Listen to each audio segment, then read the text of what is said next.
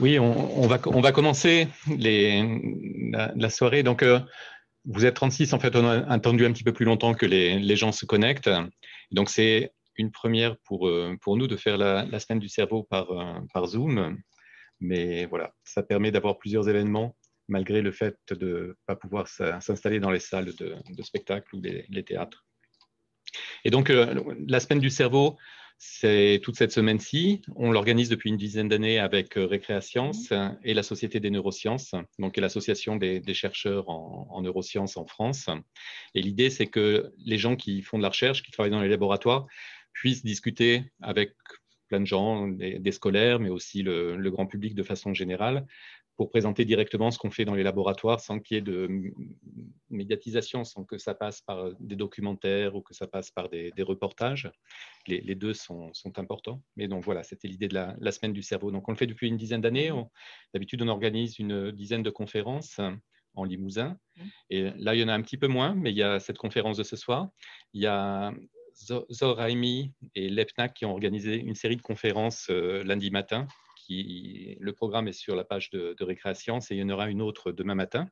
Et puis, il y aura une autre conférence Zoom autour d'un livre, le livre de Célia Odent, qui est quelqu'un qui fait des jeux vidéo et qui auparavant a fait de la recherche en neurosciences aussi, et qui aura lieu samedi soir, à laquelle vous êtes conviés et bienvenus. Donc, ce soir, on a invité Véronique Fabre, alors qui devait faire sa conférence à Aubusson, mais au dernier moment, la salle n'était pas disponible. Enfin, elle n'a pas pu accéder à la salle, donc on le fait aussi par Zoom. Elle est quand même à Aubusson parce qu'elle a fait des conférences dans des lycées aujourd'hui.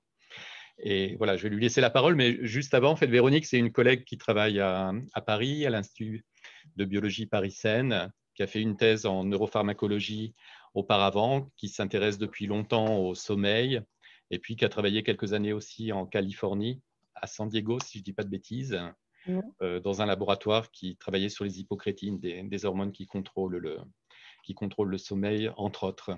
Et donc, je vais laisser la parole à Véronique. Juste avant, en fait, donc on n'est pas très familier avec le logiciel, mais l'idée, c'est que ça soit quand même une discussion et une discussion avec vous, et donc que vous puissiez poser des questions. Apparemment, la version qu'on utilise là, en fait, vous ne pouvez pas intervenir directement, mais vous avez la fonction qui s'appelle lever la main. Et donc, quand vous cliquerez dessus, si vous voulez poser une question, à ce moment-là, il y a Thibaut qui est derrière, qui le voit sur son ordinateur et qui pourra vous laisser la parole. Et probablement que vous pouvez aussi, si vous allumez votre caméra, être filmé. Si vous souhaitez juste parler, laissez la caméra éteinte. Et donc, à la fin, si vous voulez poser des questions, levez la main. Et puis, à ce moment-là, ça sera possible de vous donner la parole et vous pourrez discuter directement avec Véronique. Voilà, je te laisse la parole depuis Aubusson. Merci François. Donc, je vais déjà partager mon écran.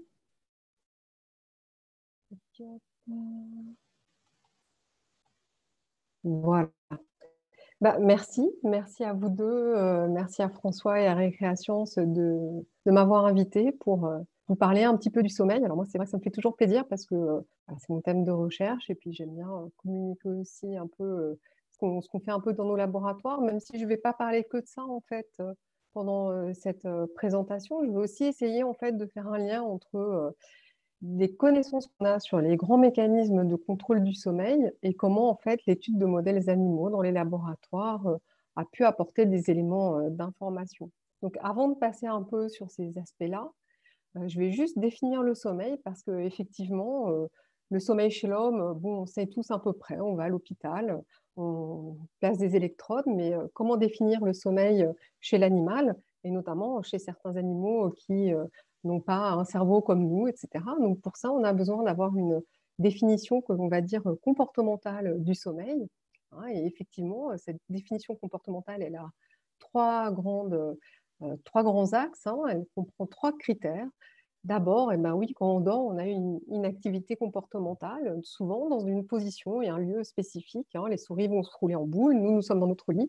Mais voilà, ça va participer et surtout, on est inactif. Hein. Donc, pour beaucoup d'animaux, on va définir le sommeil comme une période d'inactivité. Mais cette inactivité, ce n'est pas du coma.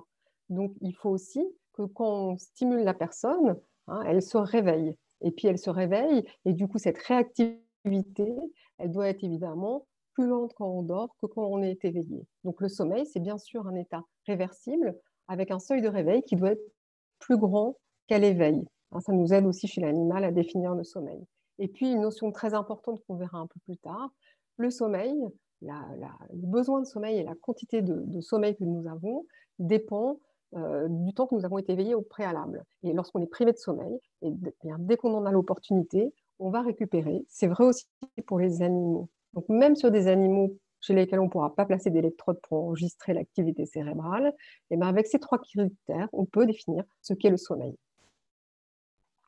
Alors, chez nous, effectivement, on a une définition qu'on dira électrophysiologique du sommeil, qui consiste à l'enregistrement d'activités électriques. En premier lieu, évidemment, ce qui fluctue en fonction du sommeil et de la veille, c'est notre activité cérébrale, qui, elle, va être enregistrée en plaçant des électrodes au-dessus du cortex. Donc, c'est ce qu'on appelle l'électroencéphalogramme, qui va évaluer l'activité de nos neurones principalement corticaux. Et puis, ça ne suffit pas quand même pour définir les différents états de vigilance. On a besoin d'autres paramètres, que sont les mouvements oculaires, qu'on enregistre sur l'électrooculogramme, mais également les mouvements des muscles de la posture, comme au niveau ici, où est ici du menton, et plutôt la posture, les muscles de la nuque chez l'animal. Et on va enregistrer ces 3 paramètres au cours du temps. Alors, pourquoi? Parce que ces 3 paramètres, et notamment l'activité cérébrale, elle va fluctuer en fonction de l'éveil et du sommeil. Et en fait, avec ces 3 paramètres, on peut subdiviser le sommeil en 2. En fait, chez les mammifères, le sommeil consiste à une alternance entre 2 états, le sommeil long et le sommeil paradoxal. Alors ici, c'est une représentation un petit peu de ces signaux, j'ai un peu simplifié, de l'éveil, des différents stades de sommeil lent, avec le sommeil lent le plus profond qui est le plus récupérateur. C'est le moment où en fait l'activité de nos neurones corticaux est synchronisée. Ils vont tous être en même temps actifs puis inactifs, ce qui va induire ainsi des signaux très amples d'ondes, d'où le nom d'onde lente. Et puis, à la fin de cet épisode de sommeil lent, souvent on a un épisode de sommeil paradoxal, et là on voit sur ce petit tracé qu'il est proche de celui qu'on observe pendant l'éveil, et c'est là qu'on a besoin d'autres paramètres, comme les mouvements oculaires et l'activité du muscle du menton pour l'homme, pour caractériser le sommeil paradoxal. Le sommeil paradoxal, c'est le moment où on a les rêves les plus émotionnellement riches, mais il est surtout caractérisé par un cerveau qui est en activité proche de celui de l'éveil, et une caractéristique très particulière qui est l'atonie des muscles de la posture. Donc on peut respirer, ce n'est pas les muscles lisses respiratoires, mais les muscles de la nuque, du menton, n'ont plus d'activité. C'est une espèce de paralysie, on va dire, pendant le sommeil paradoxal. Donc grâce à ces signatures électrophysiologiques chez l'homme, et puis aussi chez certains animaux mammifères en laboratoire, en plaçant des électrodes, on va pouvoir distinguer éveil, sommeil lent et sommeil paradoxal. Alors chez l'homme, comment se distribue ce sommeil, et ce sommeil lent et ce sommeil paradoxal au cours d'une nuit? Donc si on regarde ici, chez une personne lambda, un jeune homme, le déroulement d'une nuit de sommeil, on va le voir plusieurs fois. En fait, on a souvent une représentation qu'on appelle une représentation sous forme d'hypnogramme.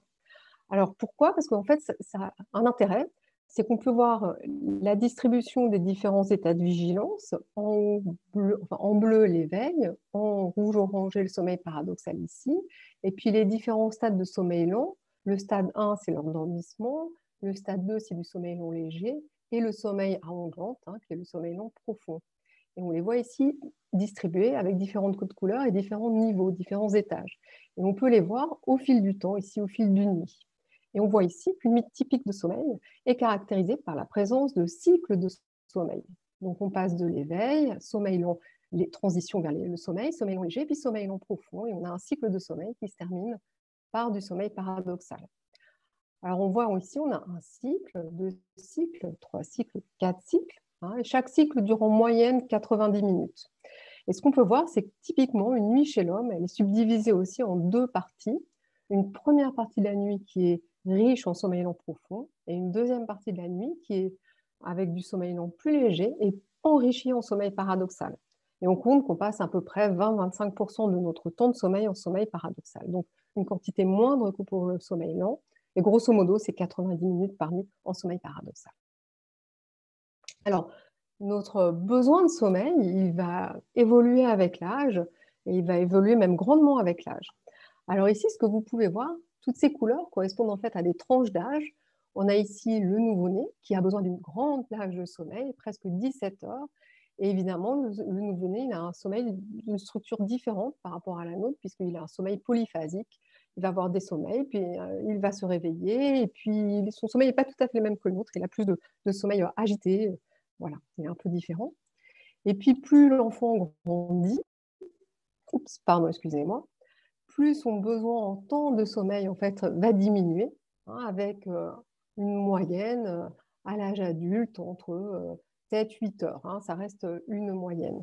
Donc, on voit que nos besoins de sommeil fluctuent en fonction de notre âge. Et puis, finalement, l'âge où on dort le moins, hein, c'est passé 65 ans. Donc, surtout, des fois, on va parler de temps de sommeil chez les personnes. Il faut dormir 8 heures, il faut dormir 7 heures. Il n'y a pas vraiment, c'est pour ça qu'on a des petites hachures pardon, ici. Il n'y a pas vraiment un temps de sommeil. Chacun a sa spécificité. Il y a des petits dormeurs qui ont besoin de 5 heures par nuit, puis il y a des gros dormeurs qui ont besoin de dormir 9 heures par nuit. Donc, il faut que chacun connaisse un peu son temps de son besoin en sommeil. Alors ici, c'était pour vous illustrer l'évolution du sommeil avec l'âge, et notamment chez le sujet âgé. Donc, on retrouve cette forme d'hypnogramme chez un sujet jeune avec ses cycles de sommeil, sommeil lent profond en début de nuit, plus de sommeil paradoxal en deuxième partie de nuit. Pardon. Et ici, on voit que chez la personne âgée, on a un sommeil, et c'est pour ça que les hypnogrammes sont assez agréables, parce qu'ils permettent vraiment de visualiser rapidement la structure et l'architecture du sommeil. Et ici, on voit que cette architecture, elle est altérée, en tout cas, elle est différente chez le sujet âgé, avec moins de sommeil lent profond et un sommeil qui est plus donc, léger et plus fragmenté. On voit plus d'allers-retours entre les différents états de vigilance. Hein. Donc, le sommeil, que ce soit chez le bébé, l'adulte et la personne âgée, en fait, n'a pas la même structure et n'a pas la même profondeur non plus en fonction de l'âge. Donc, tout ça, c'était un peu pour vous présenter le sommeil, mais maintenant, il y a deux grands phénomènes qui vont contrôler en fait notre temps de sommeil. Tout d'abord, le sommeil est un rythme.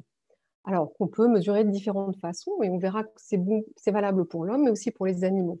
Par exemple, on peut mettre des montres qui vont pouvoir mesurer notre activité. Hein, c'est l'actimétrie, on va voir nos mouvements. Et si on regarde ces périodes de mouvement et de repos, et ces périodes de repos étant du sommeil, on voit que cette période de sommeil et cette période d'activité, elle se reproduit toutes les 24 heures. Donc en fait, notre activité veille-sommeil, c'est un rythme circadien puisqu'il a lieu sur 24 heures. Alors c'est un rythme parmi d'autres, hein, et c'est vraiment important pour comprendre le sommeil aussi, qu'il est intriqué dans un grand nombre d'autres rythmes, en fait, puisque par exemple, la température corporelle, elle diminue pendant la nuit, et ça, c'est important aussi pour la qualité du sommeil, puisque par exemple, la température corporelle est la plus basse voilà, en fin de nuit, pas tout à fait en fin de nuit, mais bon, vers 4 heures du matin. Notre vigilance, par exemple, est plus importante, elle est meilleure à 10 heures du matin, et puis voilà, toute une série de paramètres physiologiques qui vont fluctuer en fonction du rythme circadien de 24 heures, et le sommeil fait partie de cet ensemble de rythmes. Alors, c'est un rythme que nous générons, qui est généré par notre organisme. Et une étude typique pour montrer cela, le fait que le sommeil est un rythme endogène, ce sont des expériences d'isolement temporel. Ici, c'est Michel Siffre qui, dans les années 70, je crois, je ne me souviens plus de la date exactement, est allé dans une grotte pendant plusieurs semaines sans aucune connexion avec l'extérieur, donc aucune notion de quand il était le jour, la nuit, midi, pas midi. Et puis, on a suivi son rythme. C'est ce qui est représenté schématiquement ici. Donc ici, c'était avant son isolement temporel. On a à peu près un rythme cyclé, là, c'est le sommeil. Et avec l'isolement temporel, qu'est-ce qu'on voit déjà? La première information, c'est que le sommeil est maintenu. Donc le sommeil est un rythme endogène, c'est-à-dire que c'est nous qui le générons, notre organisme le génère. Mais donc on a une horloge interne qui va contrôler ce rythme de veille-sommeil. En revanche, ce qu'on voit très bien, c'est que ce rythme, il se décale tous les jours, un petit peu. Et donc, en réalité, ce rythme veille-sommeil, il est un tout petit peu différent de 24 heures. Et donc, pour qu'il soit calé sur vraiment les 24 heures ou le rythme jour-nuit, en fait, on a besoin d'éléments extérieurs qui vont dire à notre horloge interne, c'est l'heure, c'est le jour, c'est la nuit, etc., pour qu'on soit vraiment calé sur 24 heures et qu'on n'ait pas cette dérive au fur et à mesure du temps, parce que sinon, on se mettrait à dormir le jour et à être éveillé la nuit. Alors, cette horloge, elle est située dans le cerveau, elle est située au niveau d'une région qui s'appelle le noyau suprachiasmatique, qui est représenté ici, dans l'hypothalamus. Et on a vraiment clairement montré son rôle, notamment au travers d'études de lésions, où ici on voit donc un rythme d'activité jour-nuit. Donc en bleu, on a le sommeil, et on voit en conditions normales. Et puis on voit là, après la flèche lésion du noyau suprachiasmatique, qu'une fois qu'on a détruit ce noyau, on a une arythmie, c'est-à-dire qu'on se met à dormir un peu n'importe quand, des périodes de sommeil beaucoup plus raccourcies et qui arrivent de façon aléatoire tout au long des 24 heures. Donc, ce qui montre vraiment l'importance de ce noyau. Après, ce master clock qui va contrôler donc le sommeil, mais pas que, la température, des hormones de stress, il va aussi contrôler la libération de mélatonine, qui n'est pas vraiment l'hormone du sommeil, mais qui est plutôt une hormone qui va favoriser la survenue du sommeil. Donc cette horloge, on va dire en quelque sorte, qui est le noyau suprachiasmatique, il a besoin de ces synchroniseurs pour lui dire c'est le jour, la nuit, calé sur 24 heures. Alors le principal synchroniseur, c'est la lumière. C'est vraiment lui le synchroniseur majoritaire. Il agit en activant des cellules qui sont localisées dans la rétine, et ces cellules, elles vont directement contacter le noyau suprachiasmatique au niveau cérébral, et c'est donc par ce biais-là qu'on va avoir notre synchronisation. Ce qui est intéressant de noter aussi, c'est que ces cellules, elles ont été identifiées il n'y a pas si longtemps que ça, et elles projettent également dans d'autres structures cérébrales qui sont aussi impliquées dans l'humeur. Et donc, on pense qu'il y a vraiment un mécanisme identifié pour les dépressions saisonnières, où effectivement, lorsque les journées sont plus courtes et qu'on est moins exposé à la lumière, certaines personnes vont développer ces dépressions saisonnières, et on pense que c'est vraiment parce qu'il n'y a pas cette lumière qui va activer ce noyau et ensuite les centres de l'humeur, qu'il va y avoir cette tendance à la dépression quand les journées sont plus courtes et qu'on est moins exposé à la lumière. D'où l'importance de s'exposer à la lumière quand on peut. Après, il va y avoir des synchroniseurs qui sont moins importants, mais qui peuvent être les repas, des activités sociales, le travail, qui vont quand même cadrer un peu nos horaires s'ils sont réguliers en tout cas. Je vous disais que la lumière est le synchroniseur principal, et c'est montré notamment chez les déficients visuels, où ici, dans cette diapositive, on a à nouveau cette actimétrie, cette activité. En noir, on a la période de repos, c'est le sommeil, et puis en blanc, les périodes d'activité sur des jours, plusieurs jours et plusieurs nuits.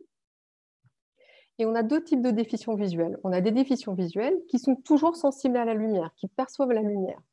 Et il y en a d'autres qui ne perçoivent pas la lumière. Et on va voir quel est leur profil justement de rythme veille-sommeil dans ces deux conditions. Alors on voit que lorsque les personnes sont aveugles mais perçoivent la lumière, ils ont des rythmes veille-sommeil. Le sommeil est à peu près toujours à la même heure, il est là, toujours présent, avec un pic de mélatonine, toujours pendant la phase nocturne, ce qui est tout à fait la même chose chez les personnes voyantes. En revanche, chez les déficients visuels qui, eux, ne perçoivent pas du tout la lumière, on a vraiment une difficulté pour ces personnes-là à maintenir un sommeil régulier la nuit, et on le voit très bien par ces actimètres.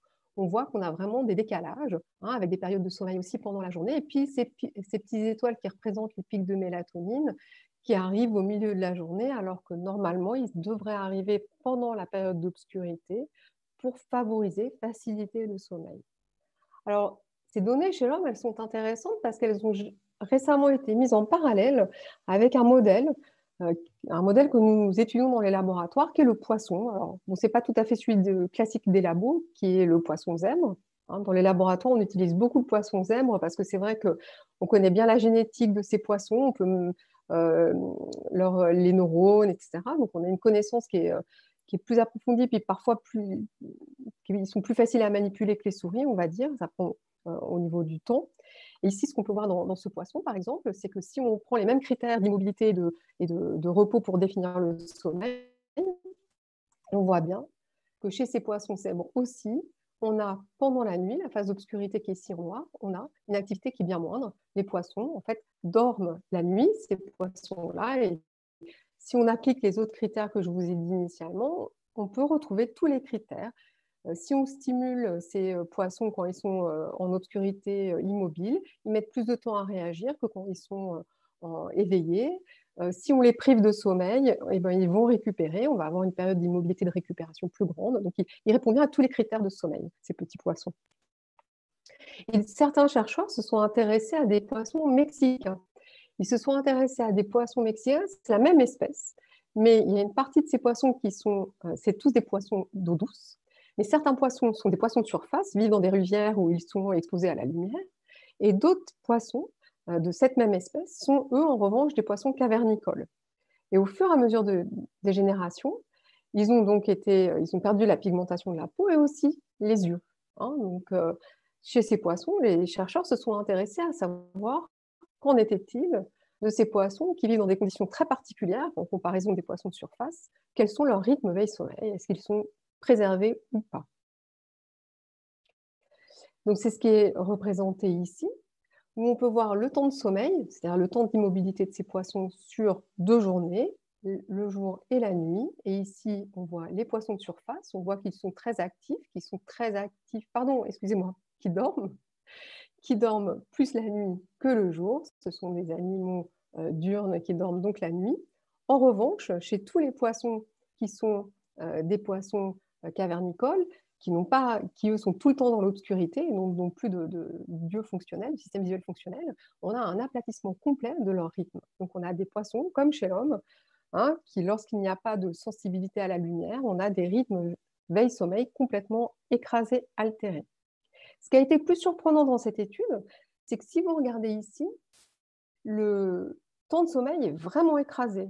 Et en fait, si on regarde le temps de sommeil, si on mesure le temps de sommeil de ces poissons, on voit qu'ils dorment 80% de temps en moins que les poissons de surface. Donc ça, c'était plus surprenant, parce que ça, on s'attendait au fait qu'ils aient probablement des rythmes altérés. En revanche, qu'ils dorment moins, c'est vrai que c'était plus surprenant.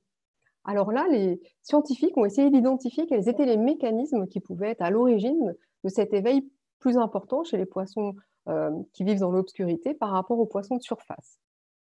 Et ils se sont intéressés à toute une série de populations de neurones qui étaient impliquées dans l'éveil. Et de façon très intéressante, en étudiant les poissons de surface et les poissons qui vivent dans l'obscurité, ils ont identifié ici en jaune une population de neurones que sont les neurones à hypocrétine, aussi connus sous le nom d'orexine, qui sont des neurones d'éveil. En fait, chez la souris, on avait démontré que si on active ces neurones sélectivement, ça va faciliter la survenue de l'éveil quand l'animal dort. Donc, c'est vraiment des neurones qui vont faciliter le switch du sommeil vers l'éveil et aussi faciliter la stabilité de l'éveil. Donc, ça va favoriser l'éveil, ces neurones.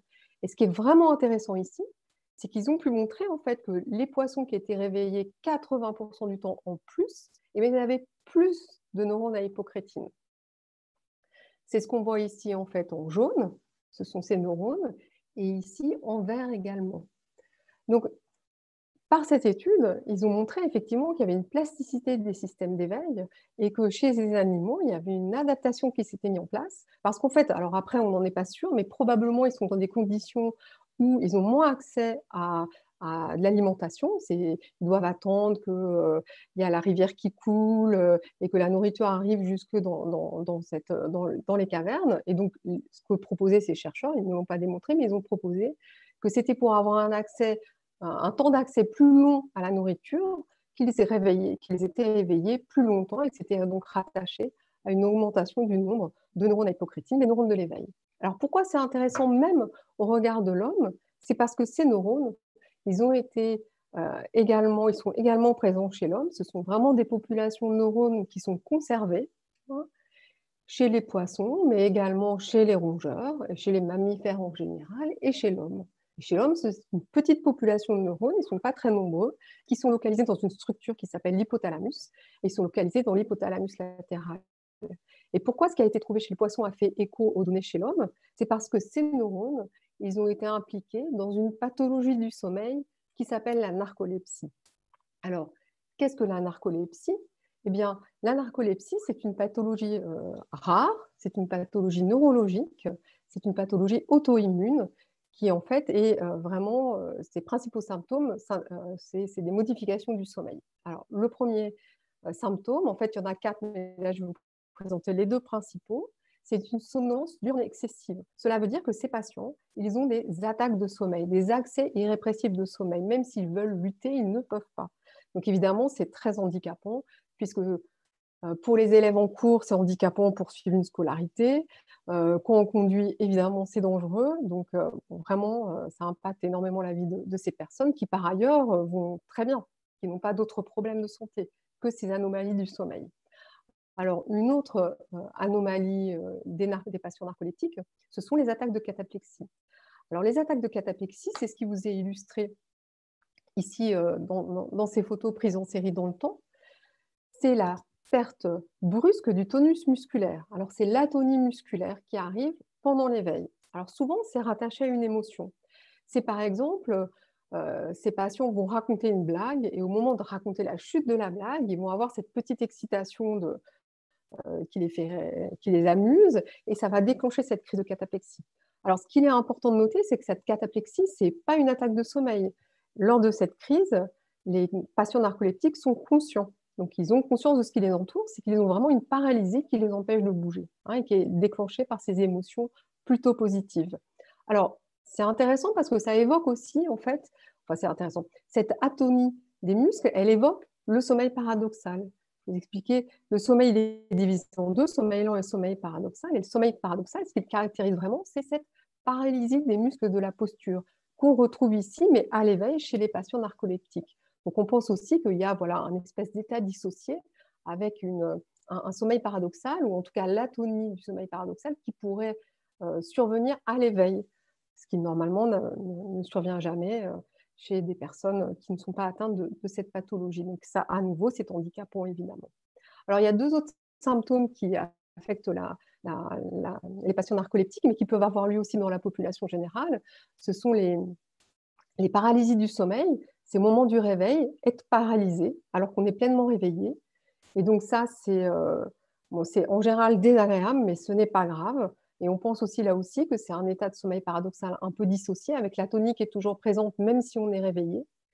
Et ce qu'il y a aussi comme autre symptôme, ce sont des hallucinations, souvent auditives ou visuelles, qui peuvent avoir lieu au réveil, au sommeil, au moment de s'endormir. Et souvent, c'est plutôt désagréable. Mais ça peut affecter aussi la population générale.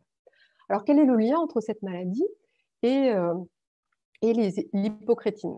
Alors ici, c'est juste pour vous présenter que je vous ai dit que ces patients ont des attaques de sommeil, ils ont de la cataplexie, mais en fait, quand on regarde leur profil sommeil, il y a plein d'autres choses qui sont déréglées dans leur sommeil. Alors quoi? Eh ben, par exemple, on voit ici, donc ici c'est toujours les hypnogrammes chez une personne non atteinte, la nuit avec ses cycles de sommeil, ce sommeil paradoxal qui est plus important dans la deuxième partie de la nuit, et puis, bon, normalement, pas trop chez les jeunes, en tout cas, pas de sieste. Et on voit ici la même chose, le même hypnogramme chez un patient narcoleptique.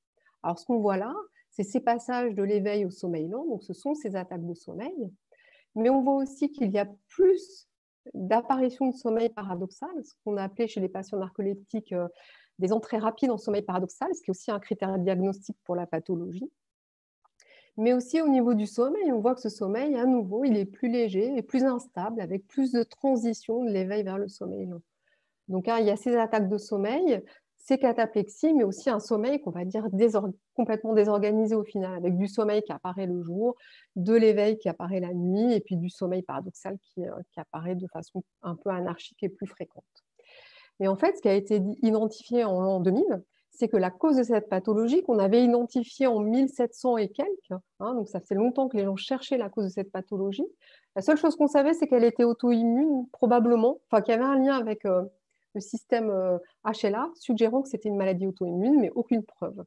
Et donc, en fait, en 1998, des chercheurs ont identifié les neurones à hypocrétine, et 2 ans après, on a identifié en fait que la narcolepsie, elle est liée à la destruction sélective des neurones à hypocrétine. C'est ce qui est illustré ici, où on voit chez la zone où sont présents les neurones à hypocrétine. Ici, en noir, en fait, c'est un marquage qu'on a fait spécifique de ces neurones.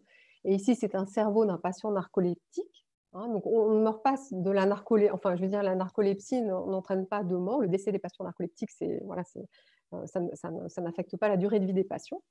Donc, on n'avait pas tant de cerveau que ça, mais on a pu... les chercheurs ont pu avoir quand même quelques cerveaux et étudier effectivement que les patients narcoleptiques se caractérisent par une absence des neurones à hypocrétine. Donc, c'était vraiment quelque chose d'important puisque finalement, ça arrivait dans les années 2000. On a pu vraiment mettre le doigt sur la cause de cette pathologie. Et c'est une jolie histoire parce qu'en fait, il y a eu beaucoup d'allers-retours avec les modèles animaux, puisqu'à Stanford, aux États-Unis, il y avait un modèle de chien narcoleptique et qui présentait tous les signes de la narcolepsie. En fait, la narcolepsie, on peut la retrouver chez tous les mammifères. Et donc, ce chien narcoleptique, c'était un chien qui, lui, transmettait la pathologie de façon génétique. Et donc, les chercheurs à Stanford ont cherché pendant 20 ans à identifier le gène qui causait la narcolepsie chez le chien. Et donc, ces chiens avaient des attaques de cataplexie, comme nous. Et pour notamment déclencher ça, les chercheurs mettaient une gamelle de nourriture. Et en fait, les chiens étaient tellement excités à l'idée d'aller manger, qu'effectivement, ils mesuraient le temps qu'ils mettaient à arriver à la gamelle, puisqu'en général, ça déclenchait des crises de cataplexie, ou aussi le jeu avec un autre chien. Donc, il y a eu beaucoup d'allers-retours entre modèles animaux et études chez l'homme pour identifier la cause de cette pathologie. Et aujourd'hui, on pense vraiment que c'est une maladie auto-immune avec un événement, une attaque virale, qui va déclencher une réponse immune inadaptée, qui va aller sélectivement détruire ces neurones. En revanche, on ne sait toujours pas pourquoi ces neurones-là sont détruits spécifiquement. Qu'est-ce qui fait que dans certaines circonstances, il y a ces neurones de détruits et pas d'autres? Alors, pour revenir à nos petits poissons, je vous ai juste donc indiqué que ces poissons cavernicoles dorment moins de 80% du temps que les poissons de surface. Mais là, je voulais juste revenir sur notre temps de sommeil à nous. Combien de temps dormons-nous? Alors, là, c'était une étude qui avait été réalisée en 2017, où on voit que, quelle que soit la tranche d'âge, bon, surtout à partir de 25 ans, on a un temps de sommeil qui est autour des 7 heures. Et si on compare 2017 à 2010, on voit qu'on est passé de 7h13 à 6h55.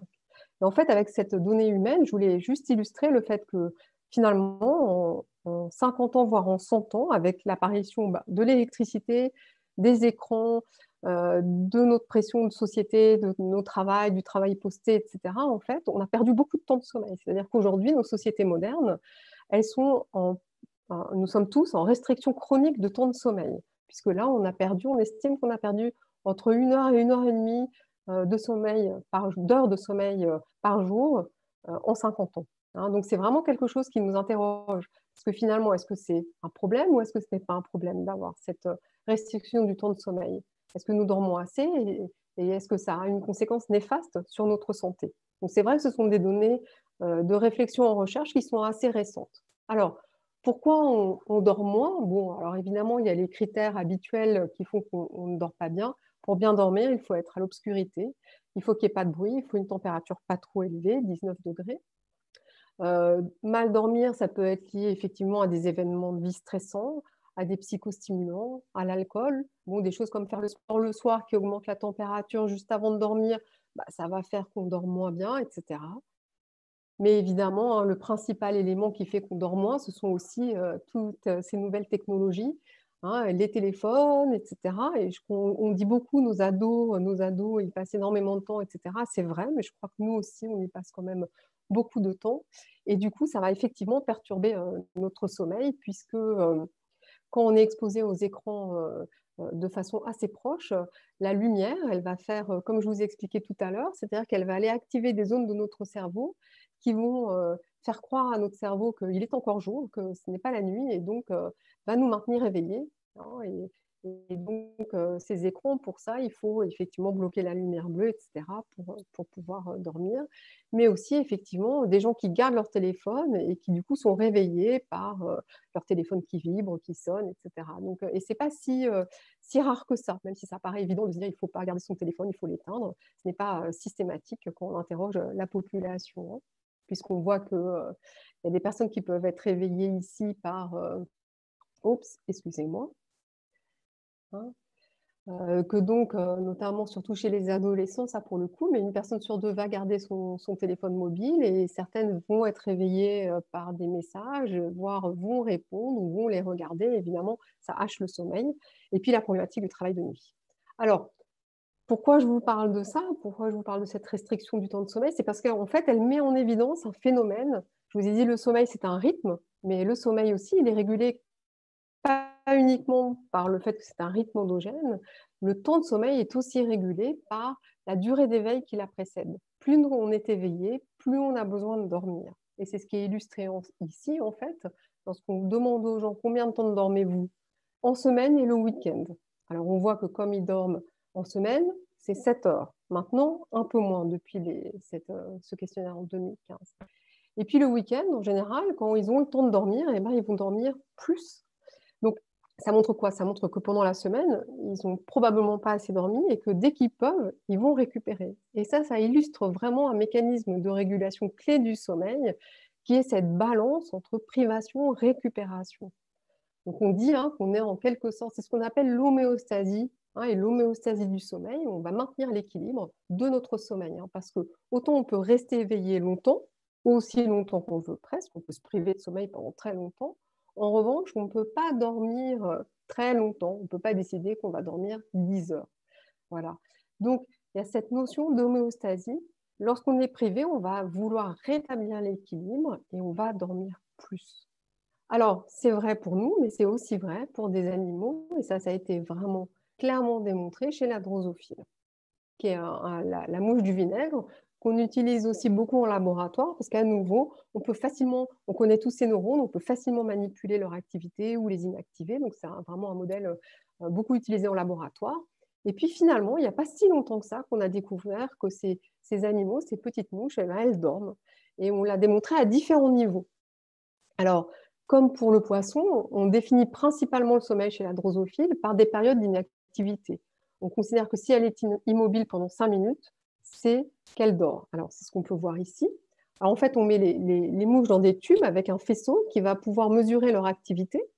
Et si on fait ça sur 24 heures, eh bien, on voit que la mouche, elle est active le jour et puis elle est inactive la nuit. Et en fait, ce qui est intéressant, du coup, si on score ces épisodes de sommeil 5 minutes d'inactivité, c'est du sommeil, on voit effectivement que la mouche, elle dort la nuit. Alors, on a montré donc qu'elle était moins réactive aux stimuli quand elle dormait, mais ce qui est assez incroyable aussi, c'est qu'il y a des chercheurs qui ont réussi à placer des électrodes dans le cerveau de la drosophile et qui ont pu voir aussi que, comme chez l'homme, même si c'est des signatures différentes, mais l'éveil et le sommeil étaient associés à des activités cérébrales spécifiques chez la drosophile. Donc, même la drosophile, son cerveau, son activité cérébrale change en fonction de la veille et du sommeil. Donc, dans cette étude, ce qui a été réalisé, c'est qu'on a privé de sommeil ces mouches drosophiles. Alors, on l'a fait avec des shakers. En fait, on met des tubes et puis, en fait, on les empêche de se poser. C'est ce qui les fait, on les laisse voler. C'est ce qui les prive de sommeil. Et alors ici, on les a privés 6 heures de sommeil, 12 heures, puis 24 heures. Alors en bleu, c'est la base. La base, la journée, la mouche est réveillée, elle dort la nuit. Je ne me trompe pas non, c'est le sommeil. Voilà. Pardon, excusez-moi. Ici, c'est la nuit. Donc elle dort la nuit, elle est éveillée le jour. Donc qu'est-ce qui se passe quand on la prive de 6 heures? La période de récupération, elle est présentée en vert ici, mais on voit qu'elle dort plus. Et si maintenant on prive de 12 heures, elle dort encore plus. Et puis, voilà, elle récupère beaucoup si on prive de 24 heures. Donc, on a bien ce même principe d'homéostasie. On prive la mouche, elle dort plus. En revanche, et ça c'est comme chez l'homme, si on regarde le temps qu'elle récupère par rapport au temps qu'elle a perdu, c'est ce qui est représenté ici. Donc, en haut, on a le temps de récupération versus le temps de privation. Et attention, l'échelle n'est pas la même. C'est des minutes, mais ici, c'est jusqu'à 690. Et on voit très bien à chaque fois que le temps récupéré ne correspond pas au temps privé. Et c'est pareil pour nous. Et en fait, pourquoi? C'est parce que, je vous l'ai dit, on a ce phénomène de on est privé, on récupère, mais il y a aussi le rythme circadien. C'est-à-dire que pour bien dormir, pour dormir le plus longtemps possible, on doit dormir la nuit. Et donc, quand on fait, par exemple, on a fait la fête et on se couche plus tard, on va dormir, au matin, on va avoir besoin de dormir, mais au bout d'un moment, l'horloge circadienne va nous dire, notre horloge nous dira, mais c'est le jour. C'est le jour, et donc il faut se réveiller. La température du corps, elle ne va pas être complètement adaptée non plus. Donc en fait, on ne va pas passer la journée à dormir pour récupérer ce qu'on a perdu de sommeil. Au bout d'un moment, on va se réveiller. Donc certes, on récupère, mais on ne récupère pas tout. On a une dette de sommeil.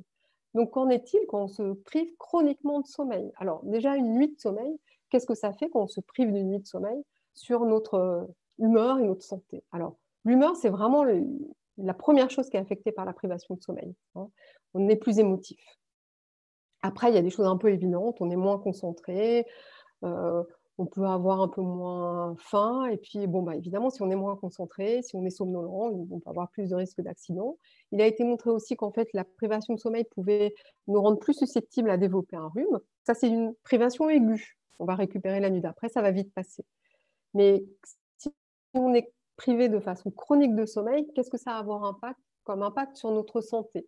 Alors, c'est important pour notre santé, mais c'est aussi important pour comprendre le rôle du sommeil. Parce que si on voit que si on manque de sommeil, c'est un impact sur une certaine fonction, on peut donc imaginer à l'inverse que cette fonction, que le sommeil est important pour cette fonction.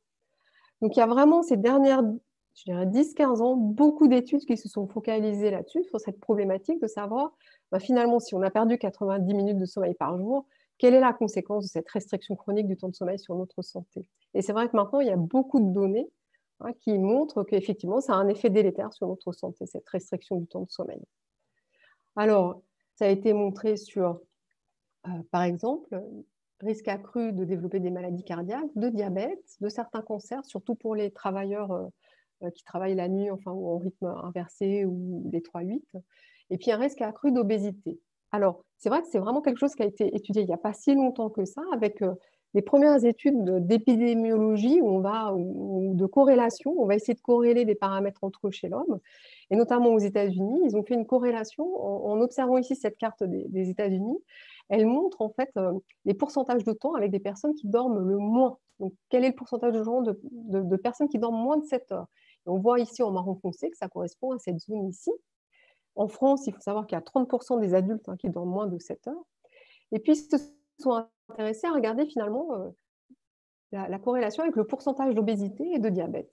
Et ils ont vu effectivement, donc c'est visible avec cette carte, qu'il y a ça match, là où il y a le plus grand pourcentage d'obèses et de personnes diabétiques, et ben ça colle avec des personnes qui dorment moins de 7 heures, du coup moins de sommeil, probablement une restriction du temps de sommeil chronique. Alors là, c'est purement descriptif, mais est-ce qu'on peut prouver vraiment ce lien entre temps de sommeil, troubles du métabolisme énergétique ou diabète?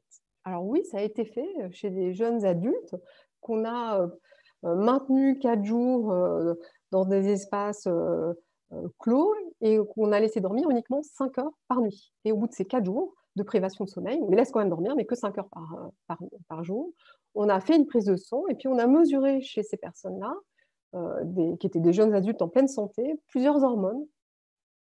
Certaines qui sont impliquées dans la prise alimentaire, certaines qui facilitent l'appétit, d'autres qui vont au contraire inhiber la satiété. Et on a vu chez ces personnes privées qu'il y avait un déséquilibre entre ces deux hormones qui orientaient vers une augmentation de la prise alimentaire. Une prise alimentaire souvent sur ces restrictions du temps de sommeil qu'on a observées comme étant plus de picorées, plus de snacks, et puis aussi une appétence vers des choses plus sucrées et plus grasses. Et aussi, on a vu qu'il y avait des modifications des taux d'insuline et de glucose qui sont, entre guillemets, si on va vraiment beaucoup plus loin, pourraient définir un état prédiabétique, ou en tout cas, si on imagine ça, que cette restriction, elle se fait très longtemps dans le terme, elle pourrait faciliter la survenue de diabète.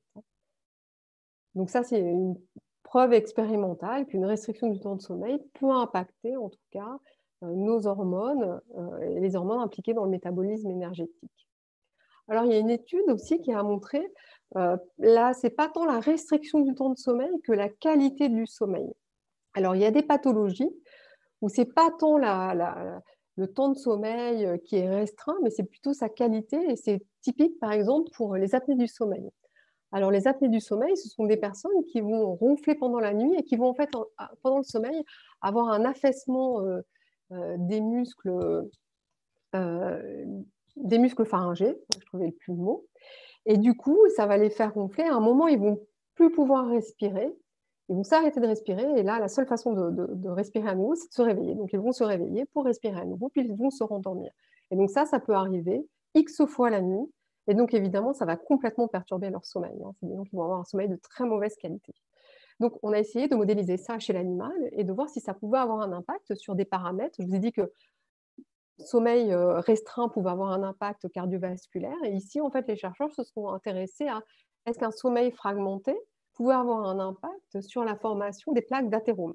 Alors, les plaques d'athérome, ce sont effectivement des plaques qui se forment au niveau des vaisseaux hein, c'est une infiltration au niveau des artères, de dépôts de cholestérol, hein, donc souvent liés à l'alimentation.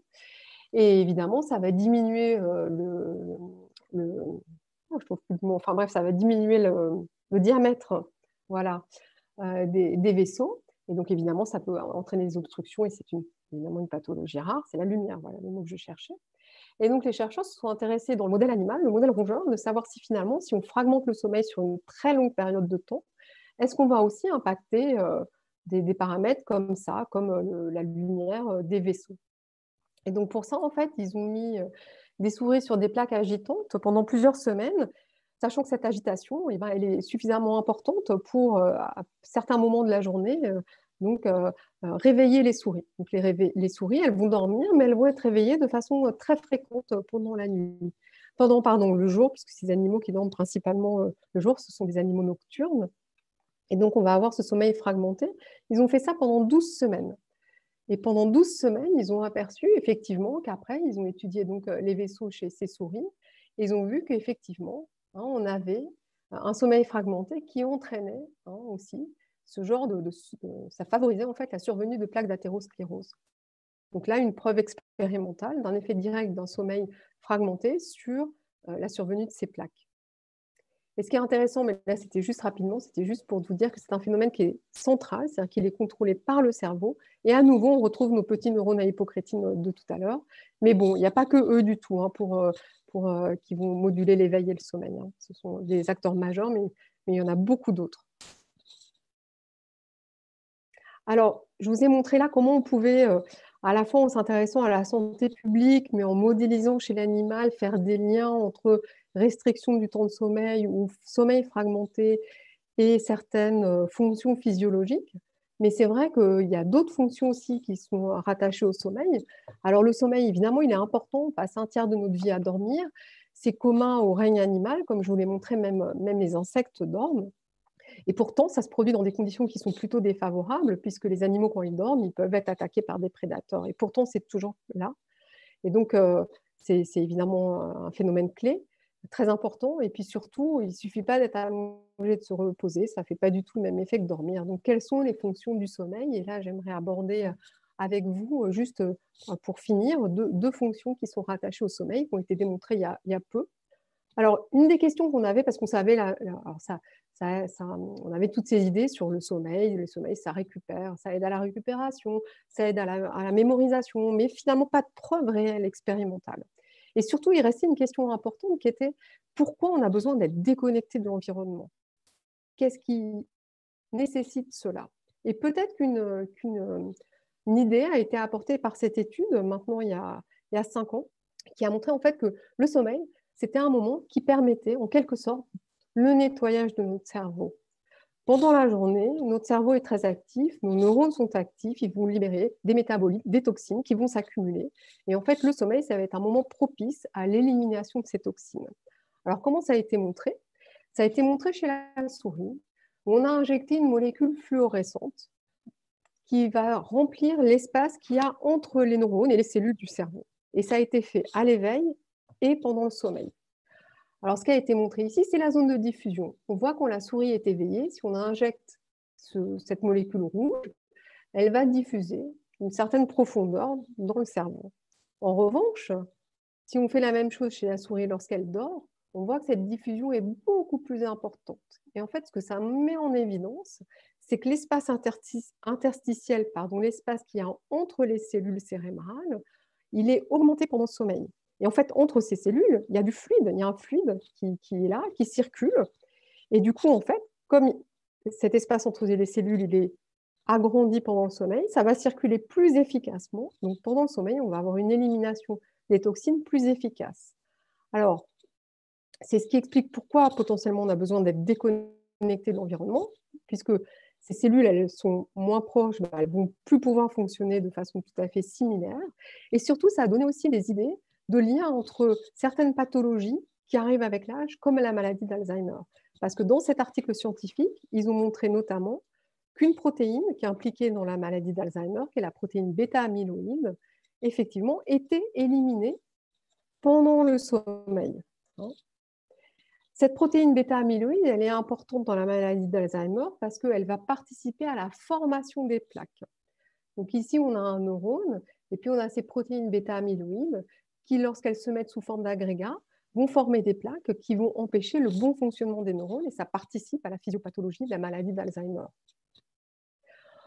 Or, si vous vous souvenez au départ, je vous ai mentionné que le sommeil évolue avec l'âge. Et c'est vrai que le vieillissement, la personne âgée a un sommeil qui n'a pas la même architecture qu'un jeune, avec un sommeil lent moins profond, des réveils plus fréquents, donc un sommeil qui est c'est pas de moins bonne qualité, mais voilà, qui est moins profond. Et donc, ce qui a été proposé ces dernières années, c'est que du coup, il est moins efficace. Du coup, ce sommeil, il est moins profond, donc il va permettre une moins bonne élimination des toxines.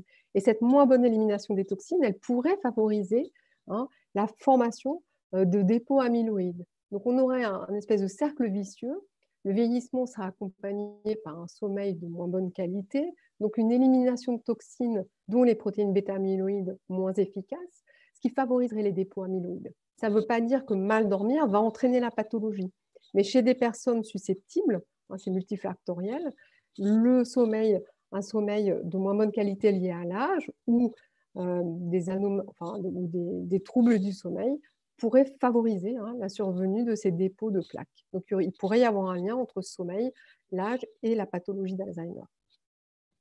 Alors, un autre élément important du sommeil, dans son rôle en tout cas, c'est son rôle dans la mémoire.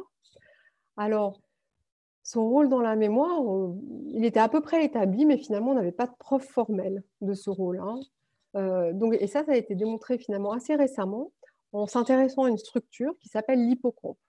Alors, l'hippocampe, on la retrouve chez les rongeurs, les singes et l'homme. Et dans l'hippocampe, il y a des neurones qui sont un peu notre GPS interne. Ces neurones, ils vont s'activer quand on est dans un endroit. Et puis, si on fait un pas, ça va être le neurone d'à côté qui va s'activer, et ainsi de suite. Et donc, il va y avoir cette séquence d'activation des neurones dans l'hippocampe en fonction de notre déplacement dans l'espace. Et c'est quelque chose qu'on retrouve chez le rat. Alors, chez le rat, c'est ce que je vous disais, par exemple. Ici, ces couleurs, c'est juste pour vous représenter les différentes zones de l'espace. Si on le met dans un bras de labyrinthe, il va parcourir une zone rouge, puis orange, puis jaune, puis vert. Et ben, on va avoir dans cette structure que je vous ai mentionnée, l'hippocampe qui est ici schématisé, que ces neurones-là, ce premier va s'activer quand le rat est ici, puis l'orange va s'activer quand le rat est ici, etc. Ce sont un peu nos GPS. Et donc, en fait, si on suit l'activité de ces neurones, on voit que le rat, il va passer de la zone rouge à la zone verte, et on voit d'abord les neurones rouges s'allument, puis les oranges, puis les jaunes, etc. Et ça va former une séquence. Et bien, cette séquence, elle peut être attachée à un apprentissage, quand on fait découvrir au rat, par exemple, un labyrinthe, un environnement. Et ce qui a été réalisé, c'est qu'on a enregistré l'activité des neurones à l'hippocampe, hippocampique, pendant que l'animal faisait sa tâche, mais aussi pendant le sommeil qui suit cette tâche. Et on a vu de façon très intéressante que ce code neuronal qu'on voit là, en fait, il était réactivé pendant le sommeil. Donc, pendant le sommeil, on a des séquences d'activités neuronales qui sont reproduites et ici, qui correspondent à ce déplacement dans l'espace. Alors, c'était déjà quelque chose qui suggérait qu'il y avait peut-être un lien entre ce qui se passe la journée et puis la mémorisation pendant le sommeil qui suit, mais ce n'était pas une preuve. Et il y a des scientifiques qui ont réussi en fait à détruire ce pattern de réactivation neuronale pendant le sommeil. Et ils ont vu qu'effectivement, dans des tâches d'apprentissage, ils ont vu qu'effectivement, altérer ce pattern juste pendant le sommeil était suffisant à induire un apprentissage moins efficace chez le rat. Donc on avait là aussi un effet de démonstration directe du rôle du sommeil dans l'apprentissage, même si on n'a pas besoin de dormir pour apprendre. Mais ça facilite et c'était un peu une mise en évidence des mécanismes rattachant mémoire et sommeil. Alors, j'aimerais juste finir, excusez-moi, en vous juste mentionnant un peu, j'ai trouvé ça vraiment intéressant, ça a été sorti en 2017, c'est le sommeil de la méduse. Alors, c'est une équipe en Californie qui s'est intéressée à la méduse, qui travaillait sur la méduse, et notamment certaines méduses qu'on appelle la méduse à l'envers, parce qu'elle a cette position-là, c'est pas la tête, mais la corolle en bas. Et en fait, la corolle a des mouvements. Elle a des mouvements et les scientifiques se sont intéressés à ces mouvements parce qu'ils trouvaient qu'ils avaient l'air de fluctuer au cours de la journée. Et donc, ils ont effectivement mesuré l'activité de ces corolles et ils ont vu qu'il y avait une activité circadienne, hein, et que cette activité, elle était plus importante le jour et moins importante la nuit. Et puis, ils ont fait aussi d'autres définitions. Ils ont stimulé les méduses quand elles étaient dans cet état qui est actif ou inactif. Ils ont vu qu'elles réagissaient plus lentement quand elles dormaient. Ils ont donné des molécules qui sont des molécules éveillantes et ils ont vu qu'elles aussi, elles étaient plus éveillées. Puis surtout, ils les ont privées de sommeil en mettant des jets d'eau et puis ils ont vu qu'elles récupéraient aussi. Donc, ils ont été capables de mettre en évidence que même la méduse dormait. Alors, ça peut paraître un peu exotique, mais pourquoi c'est intéressant? Parce qu'en fait, si on regarde dans le règne animal la complexité du cerveau, la méduse, elle n'a pas de système nerveux central. Elle a des réseaux de nerfs, mais pas de système nerveux central. Donc, c'est intéressant parce qu'en fait, ça vous montre que le sommeil, il préexiste en fait à notre organisation de cerveau. Parce que moi, je suis neurobiologiste et j'ai toujours tendance à rattacher sommeil-cerveau. Et c'est vrai parce qu'on le définit aussi par l'activité cérébrale. Mais en fait, avec la méduse, on se rend compte que c'est quelque chose qui arrive bien avant l'organisation centrale de notre système nerveux et que donc c'était vraiment préalable, hein, à tout ça et que donc le sommeil arrive bien avant finalement le cerveau et que donc il a des fonctions clés qui ne sont pas uniquement euh, associées avec avec notre cerveau en fait. Voilà, et j'aimerais juste finaliser en vous rappelant que c'est la semaine du cerveau, certes, mais demain, c'est aussi la journée mondiale du sommeil et que si cela vous intéresse, vous pouvez vous inscrire aussi à plein d'ateliers. Cette année, tout est virtuel. Donc, c'est sur les pathologies du sommeil beaucoup, mais pas que. Sur l'impact du Covid, de la pathologie Covid aussi sur le sommeil. Donc, il y a beaucoup de séminaires passionnants et vous pouvez aussi également vous inscrire. Donc, si vous allez sur le site www.journéedusommeil.org. Voilà. Je vous remercie. Merci beaucoup, Véronique. Tu nous entends là ou... Oui, moi je vous entends très bien. Merci beaucoup pour la présentation. Donc, oui, l'idée, c'est de discuter aussi un petit peu avec les gens qui ont assisté à la présentation. Et donc, il Bien faut que sûr. vous leviez la main, enfin, que vous appuyez sur Voilà. sur le bouton « Lever la main ». Et à ce moment-là, on peut vous donner la parole.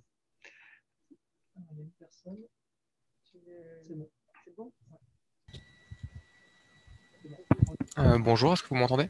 Oui, tout à fait. Merci beaucoup pour votre présentation. J'avais une question sur, donc c'était au niveau des travaux qui s'intéressaient à l'interruption de la réactivation des cellules lieux pendant le sommeil. Ouais. Je me demandais sur quel genre d'apprentissage quel genre d'apprentissage des souhaits devait faire. Est-ce que c'était plutôt quelque chose de procédural ou alors c'est des apprentissages en mémoire déclarative, enfin quel type de mémoire en Voilà, particulier? c'était vraiment comme c'est des cellules de lieu, c'était vraiment juste Du dans procédural? l'espace, hein. Ouais. Alors, ce qui a été aussi fait comme étude, ça a été une autre où ils ont fait une fausse mémoire. Ils ont créé un faux souvenir pendant le sommeil en faisant en fait que voilà, ils ont placé des rats dans une arène et ils ont vu voilà, que tel neurone s'activait quand ils étaient dans tel coin de l'arène. Et en fait, donc, ils ont regardé à quel moment ça se réactivait pendant le sommeil, ce neurone, enfin, cet ensemble de neurones. Et ils ont utilisé une interface machine-cerveau. Et en fait, à chaque fois qu'ils voyaient pendant le sommeil la réactivation de ces neurones, ils l'associaient avec la stimulation des voies du plaisir Ok. et de la récompense. Et en fait, ce qui est très intéressant dans cette étude, c'est qu'après, ils replaçaient l'animal dans l'arène et ils voyaient que l'animal allait dans la zone spontanément où, dans son sommeil, on avait rattaché cette région à quelque chose de récompensant. Ok. Merci beaucoup. De rien.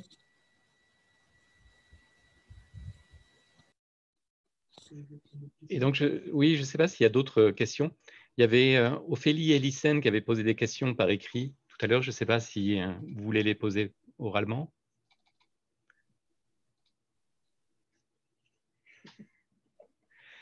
Et en tout cas, la question, c'était quand tu parlais des actimètres pour analyser le sommeil, c'était de comment peut-on déterminer sur un animal qui est immobilisé aussi son activité. Je ne sais pas comment ça se mesure. Probablement parce que tu as parlé de certains animaux qui se déplacent peu et Oui, sur lesquels les gens ont étudié le sommeil aussi. oui, alors chez la méduse, ils ont regardé les pulsations en fait. Qu'est-ce qu'ils ont fait d'autre chez le poisson? En fait, Quel stimuli on a fait plutôt pour essayer de les réveiller, enfin pour voir comment ils réagissaient peut-être? Je pense que c'était la question aussi, oui. Ouais. Alors si c'était ça, par exemple, les poissons, on met un petit courant électrique dans l'eau, pas fort, mais pour les poissons, ça a été comme ça.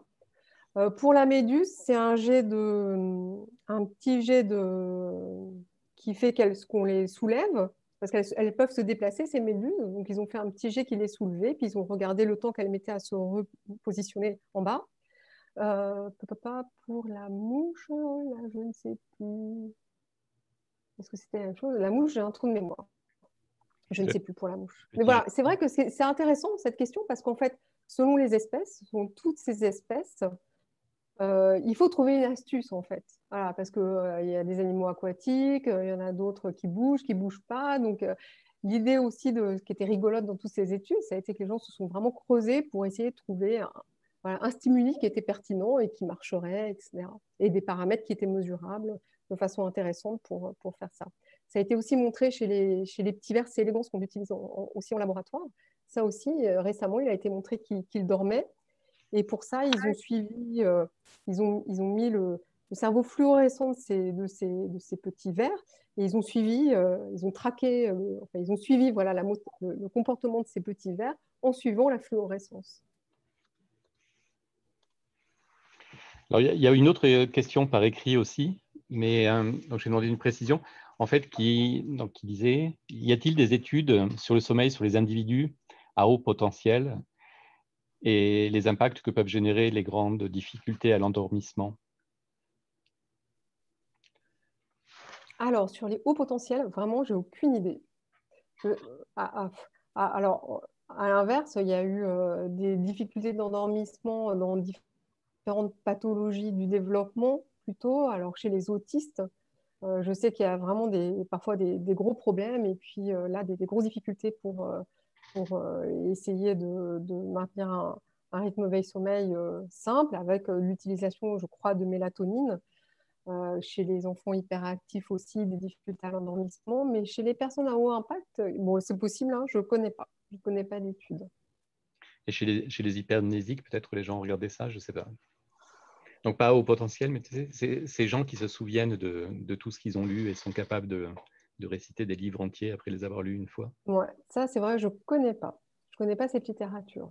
Ces Peut-être. dernières années, ce qui a été beaucoup plus étudié, mais plutôt en imagerie, c'est tout ce qui est en lien avec les rêves lucides, les rêveurs lucides, qui sont des personnes, en fait, qui, lorsqu'ils rêvent en sommeil paradoxal, en fait, nous ne sommes pas en moyenne, hein, la plupart des gens n'est pas conscient de qu'elles rêvent. En revanche, les rêveurs lucides, eux, prennent conscience de leurs rêves. Et donc, ils peuvent en modifier le sens, l'évolution. Et c'est avec un chercheur américain, je crois au début, qui était américain. Il a essayé de communiquer avec eux, en fait, et il a instauré des codes du genre, tu clignes 4 fois de l'œil droit, puis 2 fois de l'œil gauche pour me dire si tu m'entends. Alors, donc, il les appareille pour enregistrer le sommeil, et quand il voit qu'ils sont en sommeil paradoxal, il leur parle. Et puis, effectivement, ils se sont rendus compte que ces personnes étaient capables de communiquer alors qu'elles étaient en sommeil paradoxal. Et notamment, on a fait de l'imagerie chez ces personnes-là, et on s'est rendu compte qu'en fait, le cerveau, il était certes en sommeil paradoxal, mais il y avait quand même des parties cérébrales qui correspondaient plus à une activité de type éveil, donc plutôt un espèce d'état entre deux. Donc ça, il y a eu pas mal d'études là-dessus, sur les rêveurs lucides plutôt. Mais je ne crois pas qu'on ait... Enfin, bon, bref, ils n'ont pas essayé de rattacher ça à d'autres compétences que juste celles du rêve lucide. Et à ce moment-là, ils étaient en train de rêver en sommeil Ouais, paradoxal, c'est-à-dire qu'ils pouvaient oui. raconter leurs rêves ou... Alors, ils ne peuvent pas parler tant Non, que non, ça, mais etc. Mais après, éventuellement. oui, oui. Ah, oui. Ouais. Je te pose la Et question ils parce peuvent qu'il y a cette, cette idée de Jean-Paul qui raconte toujours qu'en fait, on ne rêve qu'au moment du réveil, avec tous les exemples qui ont été donnés en fait, de rêves qui conduisent à une fin qui, elle, est réelle et qui colle à la réalité. Où le rêve doit se finir par un réveil qui sonne et le réveil sonne à ce moment-là. Donc, l'idée qu'en fait, le rêve n'est qu'une reconstruction des régions qui étaient activées au moment du réveil et qui essaie d'une façon ou Mais d'une je autre, sais de pas, recréer alors, une histoire.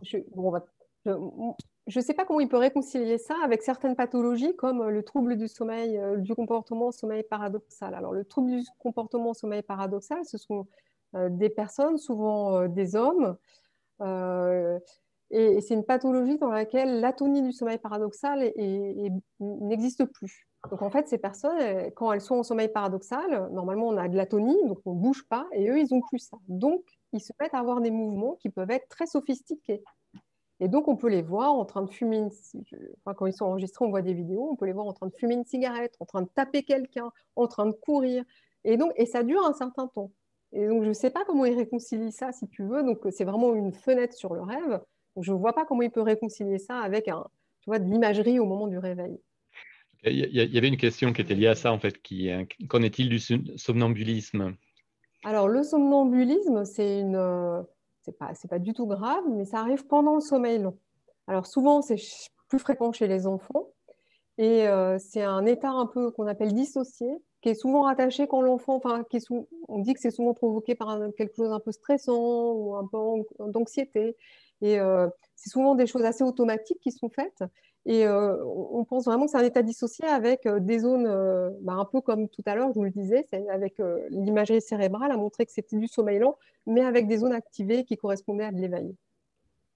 Ouais, mais c'est plutôt, c'est comme le neurésie, comme le pipioli, c'est des choses qui arrivent plutôt chez les enfants et plutôt en sommeil lent, comme le fait de parler en dormant. Il y a une autre question, donc il y a plusieurs questions là qui viennent. La première, c'est comment aider un adolescent à retrouver le sommeil avec des traitements allopathiques uniquement, de la mélatonine, point d'interrogation.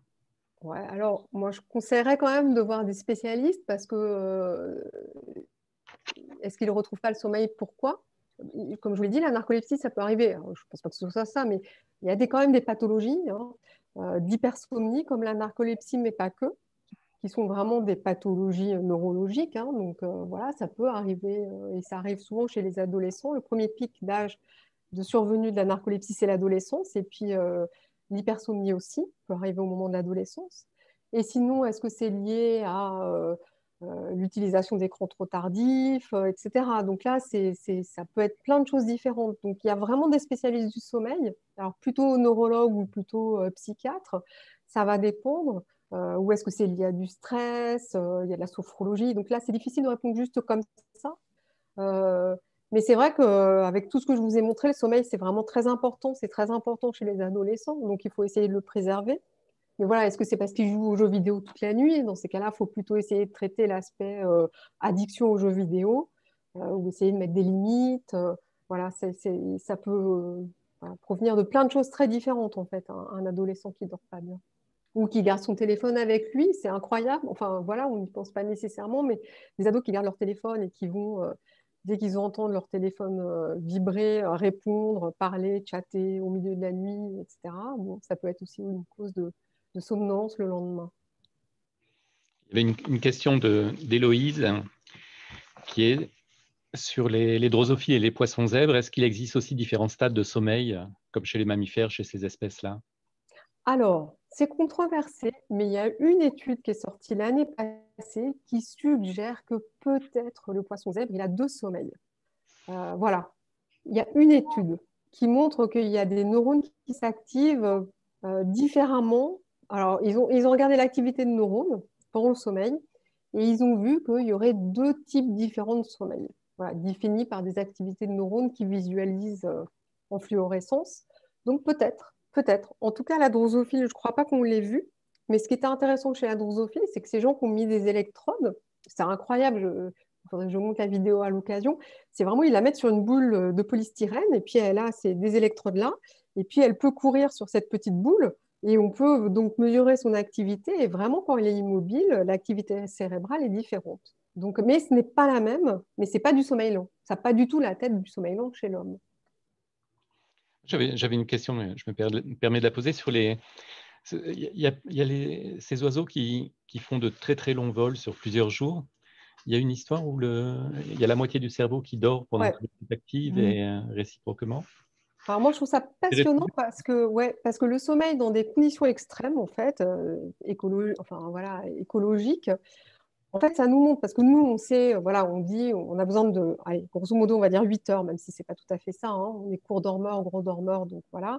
Mais nous, on est quand même sommeil monophasique et on a quand même beaucoup de mal à s'adapter, à changer notre sommeil. Or, dans certaines espèces, comme tu dis, certains oiseaux, pardon, ils vont très bien dormir quand ils sont au sol. Et puis après, quand ils vont devoir faire leur migration, ils ne peuvent pas dormir. Mais ils vont quand même avoir des moments, en fait, ils se sont rendus compte que quand ils observaient le vol des oiseaux, il y avait des moments où ils piquaient un peu du nez comme ça en diagonale, enfin, ils faisaient des espèces de demi-cercles.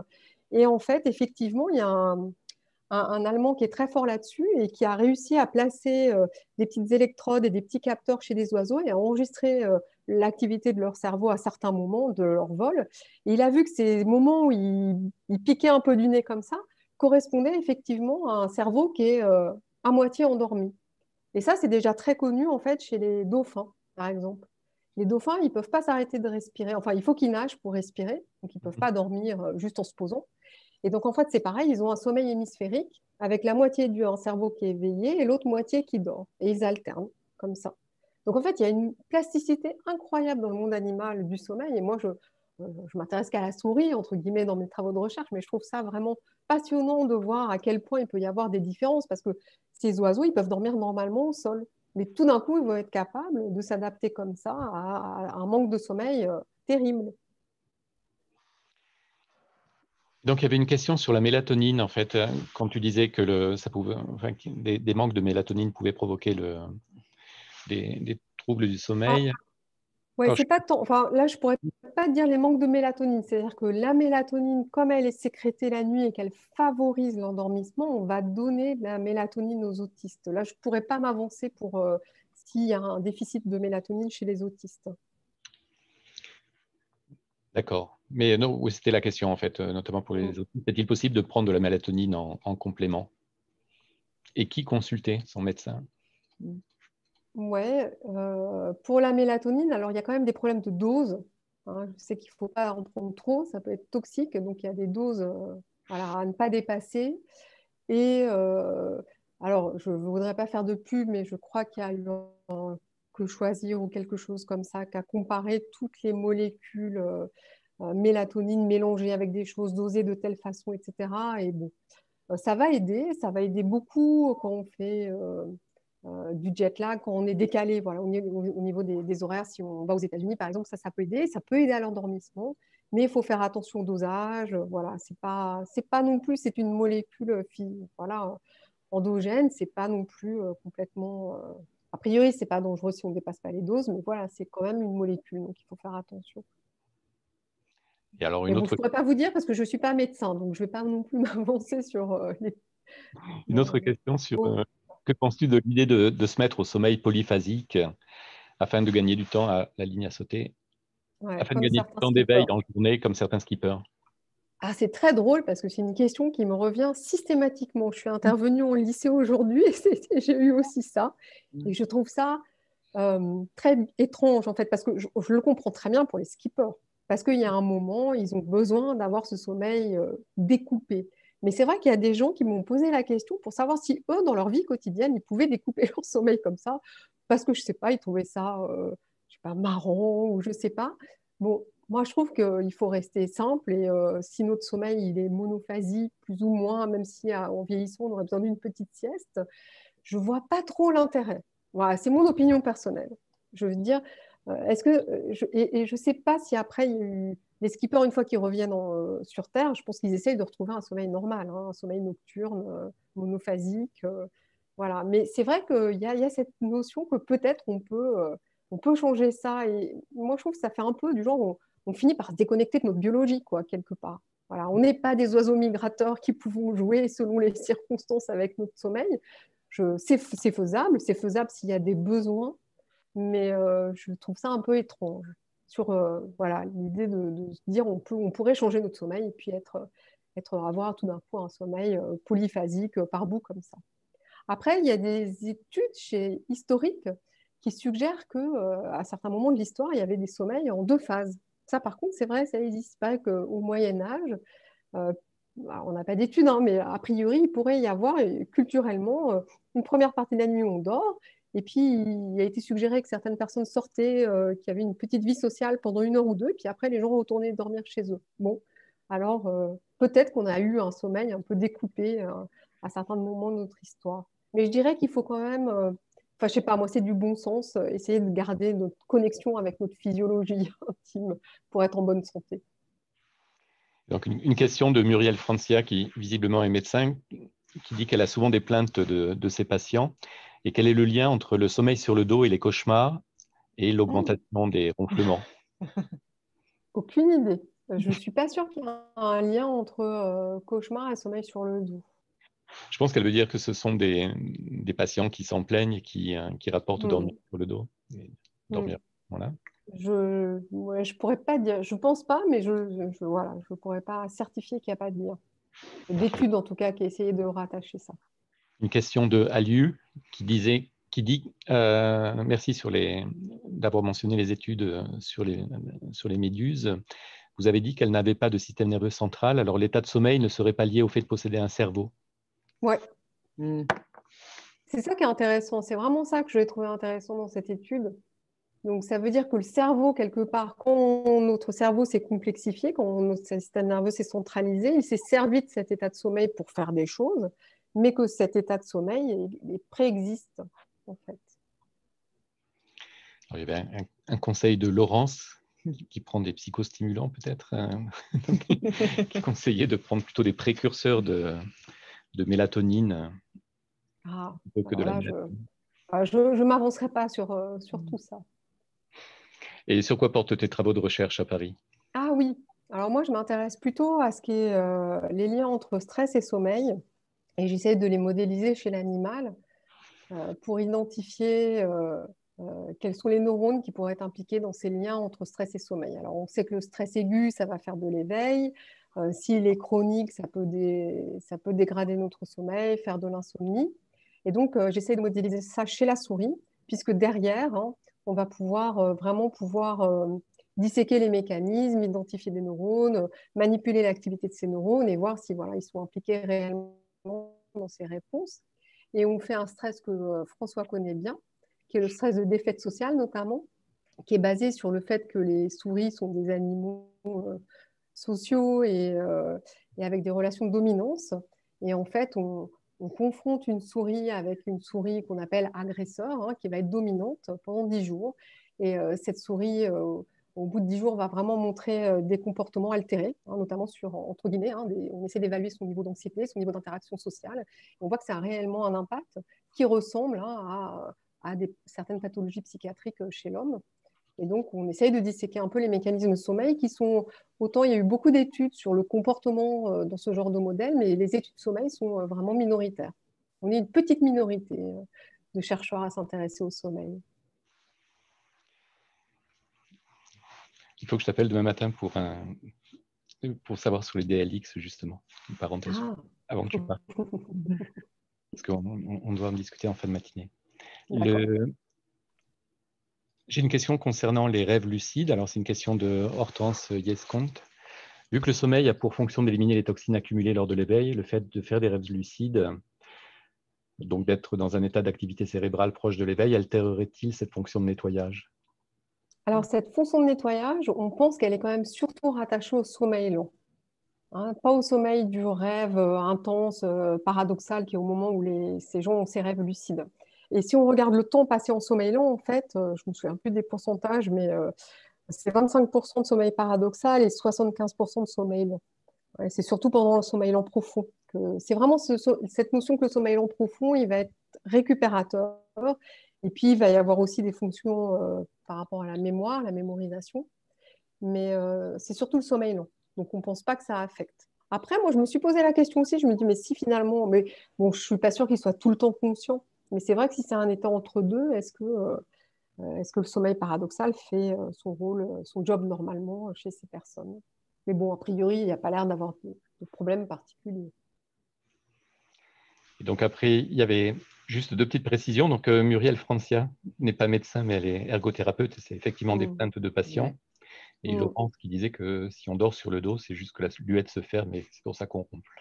On ronfle plus. Oui, oui, les positions par rapport à ça.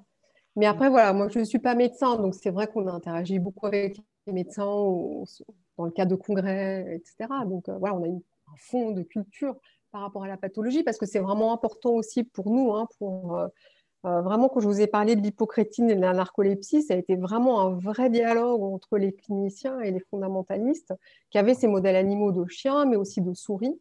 Parce que ce qui est super, la narcolepsie, c'est qu'on peut la modéliser aussi chez la souris. Les souris, si on détruit les neurones à hypocrétine chez la souris, c'est comme l'homme. Elles ont de la cataplexie, elles ont des cycles de sommeil complètement perturbés. Donc ça, bon, c'est rare, mais j'avoue qu'on a un continuum parfait entre modèles animaux et pathologies humaines pour la narcolepsie. D'accord, mais merci beaucoup Véronique pour la Merci à présentation. vous. Merci à tous ceux qui sont restés jusque-là. Il y a encore une trentaine de personnes. On Merci à était vous 40, tous. C'est 40, un 45 tout à plaisir. l'heure. Et voilà, donc il y a d'autres événements. Il y aura demain les discussions à l'EPNAC sur la science et sur le programme de Récréascience. Et puis, samedi soir, il y aura une discussion autour de la présentation d'un livre de Célia Oden, qui est cette personne qui développe des jeux vidéo et qui auparavant était chercheuse en neurosciences. Et voilà, donc on espère que vous y serez. Merci beaucoup. Merci. Et merci d'être venu au moins dans les lycées. Tu es coincé à Aubusson dans ta chambre d'hôtel pour la conférence. Et puis, à très bientôt. Ça va, j'ai une vue sur des arbres fleuris, donc c'est charmant. Profite bien, bonne nuit à tous. Oui, bonne nuit à tous. Dormez bien et faites bien attention à votre sommeil. Préservez-le. Merci. Merci. À bientôt. Au revoir. Au revoir. Au revoir.